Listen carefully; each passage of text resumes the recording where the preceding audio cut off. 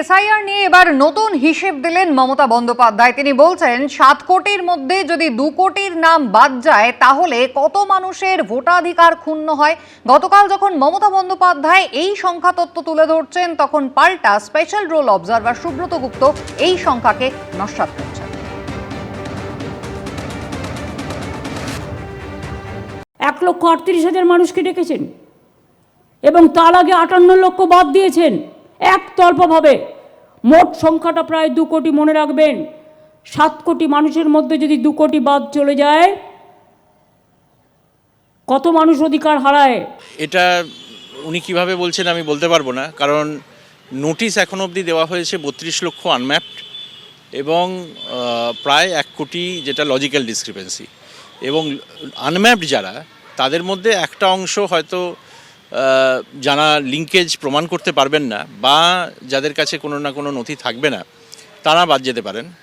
কিন্তু লজিক্যাল ডিসক্রিপেন্সির কেসে যদি কোনো ব্যক্তি ওই ভুলটা মানে ধরিয়ে দিতে পারেন বা ভুলটা কেন হয়েছে সেটা দেখিয়ে দিতে পারেন শুনানিতে কাগজ দিয়ে, সেক্ষেত্রে তাদের নাম বাদ যাওয়ার কিছু নেই। নেতাজির জন্মদিন উপলক্ষে রাজ্য সরকারের আয়োজিত অনুষ্ঠানেও রাজনীতি।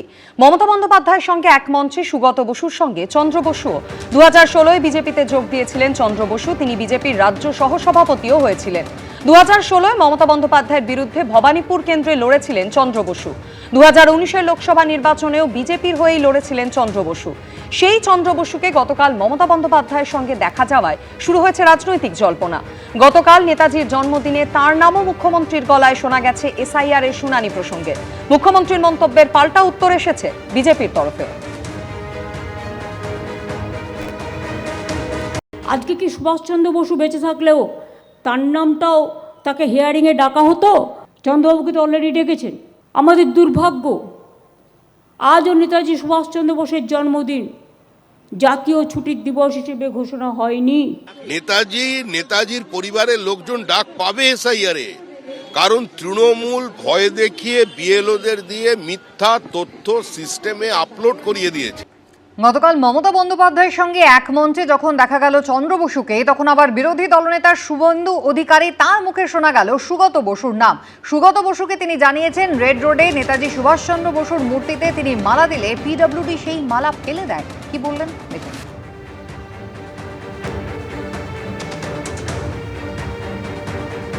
ওনার বাড়ির বর্তমান যারা বংশধররা আছেন, ডক্টর সুগত বসু সহ, তারা বাকিরা আমাদেরকে সব ঘুরিয়ে দেখালেন এবং অত্যন্ত আন্তরিকতার সঙ্গে আমাদের উৎসাহিত করলেন এবং আমাকে তিনি পরামর্শ দিলেন যে আপনি সঠিক জায়গায় এসেছেন।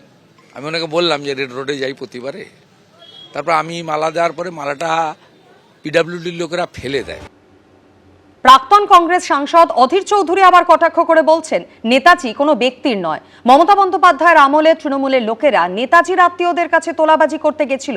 আর কি বলেছেন অধীর চৌধুরী দেখুন। নেতাজি কোনো পার্টির নয়, নেতাজি কোনো ব্যক্তির নয়, নেতাজি হচ্ছেন দেশের। এই মমতা ব্যানার্জির আমলে নেতাজির যারা পরিবারের লোক, নেতাজির যারা আত্মীয়, তাদের বাড়ি করবার সময়, ঘর করবার সময় তাদের কাছে তোলাবাজি করতে গেছিল তৃণমূল দলের নেতারা। এবিপি আনন্দ, এগিয়ে থাকে, এগিয়ে রাখে।